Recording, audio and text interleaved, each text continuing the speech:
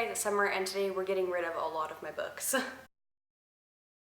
I don't even know how many I have here, but there are quite a few. There's a lot of them. I recently moved my bookcases from my old house into our new house. When I was putting all my books back on the shelves, I was being really ruthless about which books I kept and which ones I didn't. I'm hoping that I won't have any regrets when I'm going through these piles with you. I pretty much just want to be able to like pick a book up, say the name, and put it down. I don't know how much of that will actually happen. I always end up talking forever. But just know that most of these I either got cheap at the thrift store, I got them really cheap on sale somewhere and just bought it because it was on sale.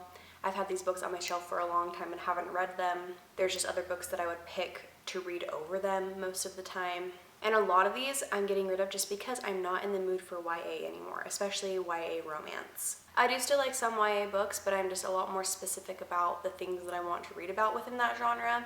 I might try to sell a few of these just because they are like in such good condition, like almost brand new, never read. If I have a platform for that and you're interested in any of these books, I'll link whatever I end up doing down below. I might even just do it on my Instagram and do like a Venmo thing. I don't know how people do this. I'm just gonna get started. Ninth City Burning, random thrift store book. I think it's a Reader's Digest. Neverworld Wake by Marisha Pessl. The Language of Thorns by Leigh Bardugo. This was a total money grab book. After I read this, I was like, this was so stupid. I paid $20 for this. I really just wanted to read everything in the Grishaverse, but now I do not need to keep this. Falling Kingdoms by Morgan Rhodes. I have Ruined and Avenged by Amy Tintera.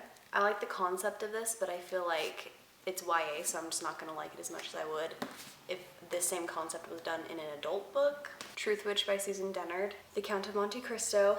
I think that I still want to read this in the future, but I think I will listen to it on audiobook because it's so giant. And also this edition was kind of damaged on its way to me, so I think I'll just buy a new edition. Furyborn by Claire Legrand. I already read this and it's just not very memorable. Again But Better by Christine Riccio. Don't come after me. I love Christine and I wanted to support her by buying her book, but now that I've had it for a minute, I really just don't think I'm gonna get to it anytime soon. Love and Gelato by Jenna Evans Welch. Unearthed by Amy Kaufman and Megan Spooner. If you guys have watched my channel for a minute, you know that I was so stoked when this came out, but again, I feel like the concept of this book is really cool, but it's YA.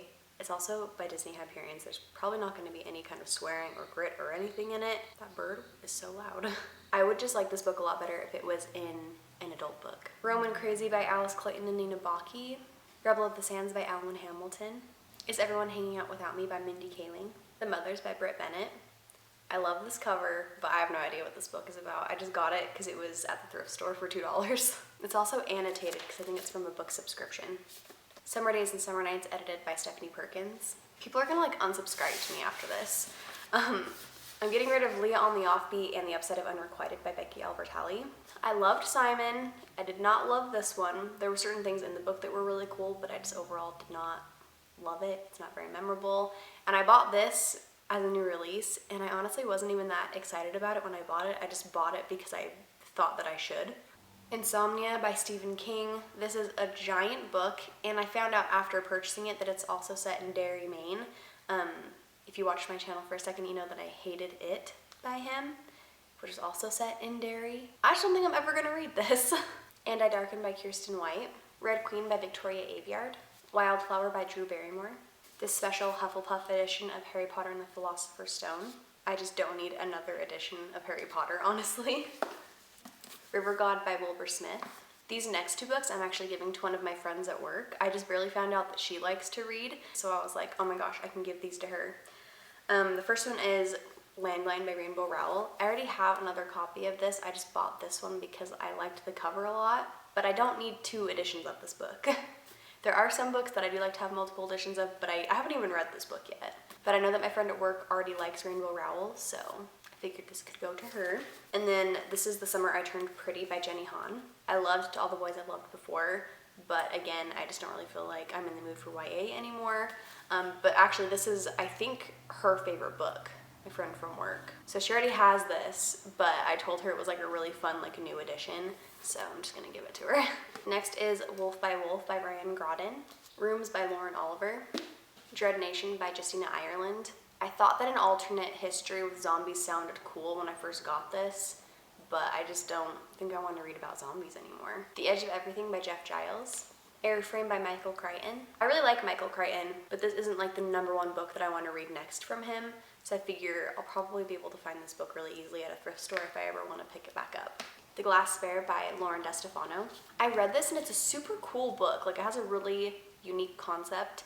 It's like medieval high fantasy, but it has sci-fi elements in it. So it's like traditional like castles and kings and queens, but they have like electrical transportation and these like special glasses and stuff. It was a really weird like meshing of two genres. It was very interesting. But besides those things, this wasn't really a very memorable book. The Price Guide to the Occult by Leslie Walton. This is such a pretty edition too, so I'm really sad to get rid of it. But I tried listening to this on audio and I really did not like it, so it's going away. Fates and Furies by Lauren Groff. Furiously Happy by Jenny Lawson. Well, fuck. And last is Year One by Nora Roberts. Let me know your thoughts on any of these books down below. Thank you guys so much for watching, and I'll see you in my next video.